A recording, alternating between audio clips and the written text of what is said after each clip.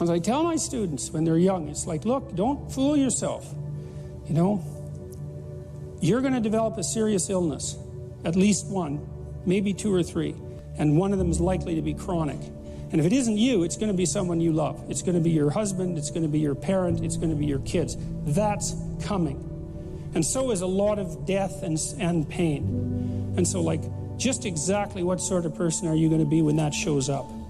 And that's the right question. It isn't, how are you going to be happy in your life?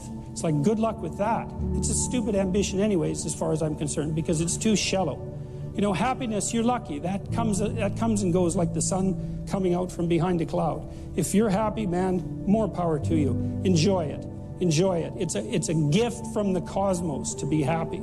But a pursuit? No, the pursuit is when the damn flood comes, you want to be the person who built the ark.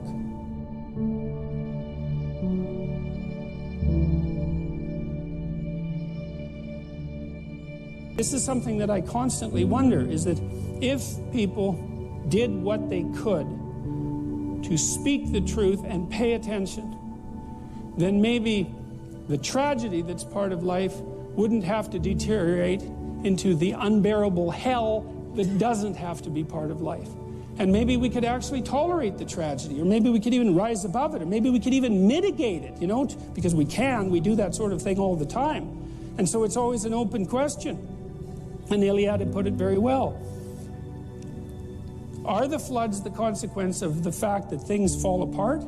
Or are the floods a consequence of the fact that people make mistakes that they know they shouldn't make and make anyways? They sin, right? And that's to miss the mark, right? Because that's an archery term, to sin.